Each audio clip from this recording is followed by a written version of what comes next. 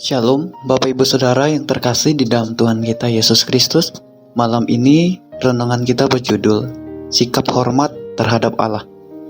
Amsal 8 ayat yang ke-13, demikian firman Tuhan. Takut akan Tuhan ialah membenci kejahatan.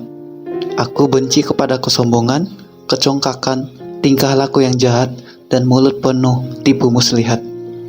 Bapak Ibu Saudara, di tengah kita menjalani hidup ini, seringkali kita mengalami rasa takut.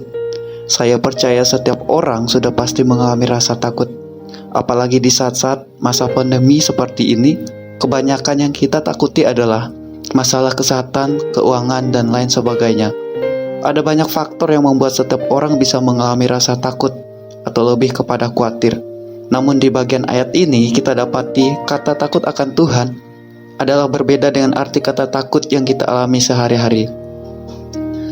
Kata takut akan Tuhan di sini adalah sikap rasa hormat dan kekaguman kita kepada Allah yang mengandung makna bahwa kita mengasihi Allah dengan segenap hati, segenap hidup kita dan seutuhnya.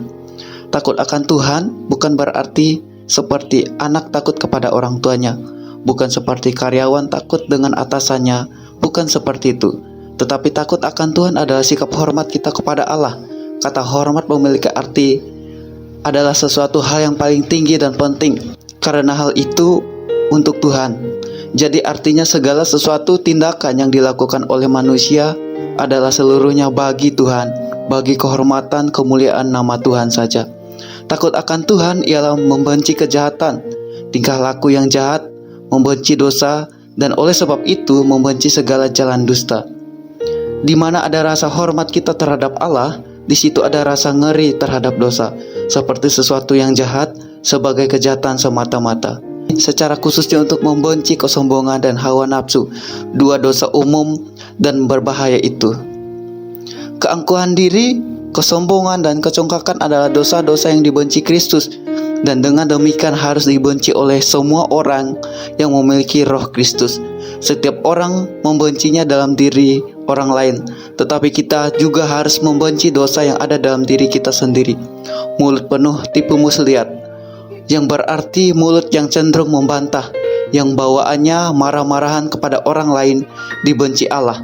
Karena hal itu sungguh merupakan musuh bagi kedamaian umat manusia, dan oleh sebab itu kita harus membencinya juga.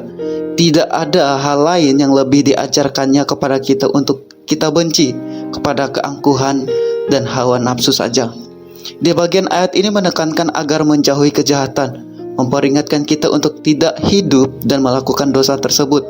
Ketika kita memutuskan untuk percaya dan memilih untuk menjadi sekutunya Allah, memilih untuk menjadi bagian dari keluarga kerajaan Allah, adalah sama halnya menunjukkan bahwa memberi diri kita untuk dipimpin Allah secara totalitas, meninggalkan cara hidup lama yang menyukai hal-hal yang jahat, dan berbalik memberi diri untuk hidup di dalam kebenaran cara hidupnya Allah. Roh Allah yang ada dalam diri setiap orang percaya memampukan untuk tetap tinggal dalam jalannya Allah, dan memampukan untuk melakukan firman atau cara hidupnya Allah, yakni membenci kejahatan, benci kepada kesombongan, kecongkakan, tingkah laku yang jahat, dan mulut penuh tipu muslihat.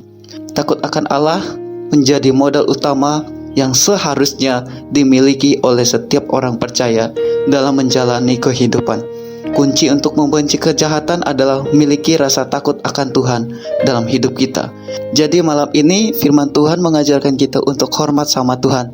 Hormat sama Tuhan itu taat pada perintah Tuhan untuk tidak melakukan apa yang tidak disukai oleh Tuhan dengan melakukan firman-Nya. Amin. Tuhan memberkati.